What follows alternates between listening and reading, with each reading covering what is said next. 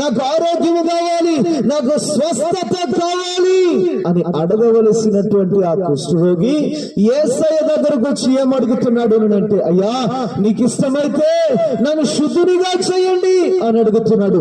ఆ వ్యక్తి గ్రహించాడు అండి. ఏమని గ్రహించాడు అంటే, నాకు ఆరోగ్యం కావాలంటే మొదట నాకు శుద్ధి కావాలి, పరిశుద్ధత కావాలి నాకు అని గ్రహించాడు. దేవుని వాక్య లేఖన భాగాలు ఈ విధంగా సెలవిస్తున్నాయి.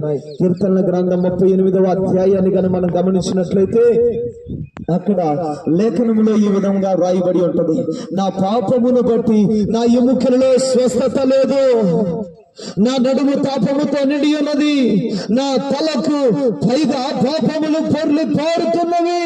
అంటే పాపమును బట్టి నా ఎముకల్లో ఆరోగ్యము లేదు, నా శరీరంలో ఆరోగ్యము లేదనని గ్రంథకర్త వాక్య లేఖనంలో రాయటం జరుగుతా ఉంటుంది.